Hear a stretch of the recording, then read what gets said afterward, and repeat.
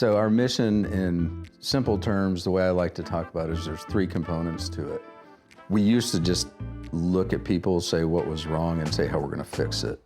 And now it's moved towards helping people meet their aspirations and their dreams. So you start with focusing on the potential of that person.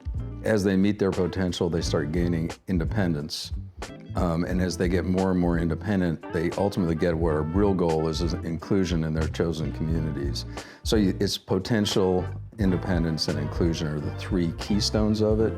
That applies to all of our staff too. We had always applied it to those we supported, but then it's like we need to find a way to find the potential in every person we serve, because we realized at that point how lucky we are to have great staff and how hard they are to find, and that's continuing today.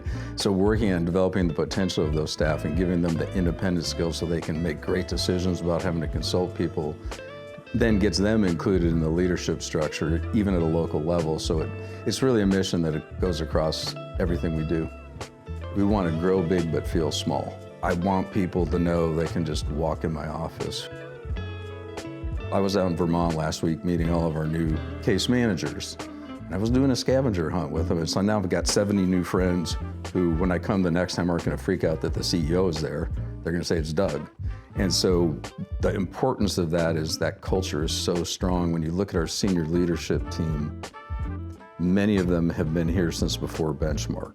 Our average tenure is over 20 years on the senior leadership team, and you have over half the senior leadership team was here when it was just AWRC.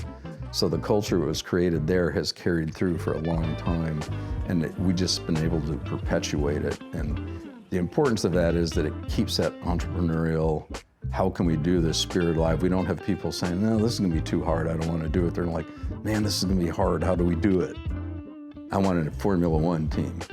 And that's, I think, what we have here is you have a bunch of people that are really good at what they do, that have complementary skills, and our best work comes when those folks collaborate and we come up with these new ideas that people haven't done before. And I think that's kind of where we've really focused our energy, is to let's create systems that do a better job and don't cost as much, because, you know, it all goes back to when you look at it, we're stewards of public money. 97% of our funding is Medicaid. That's my taxes, your taxes. I want to go home and tell my neighbors I spent their money well. So when we can do stuff like that, where we're taking costs out of the system, but improving the level of service for people, then I think we've done a great job.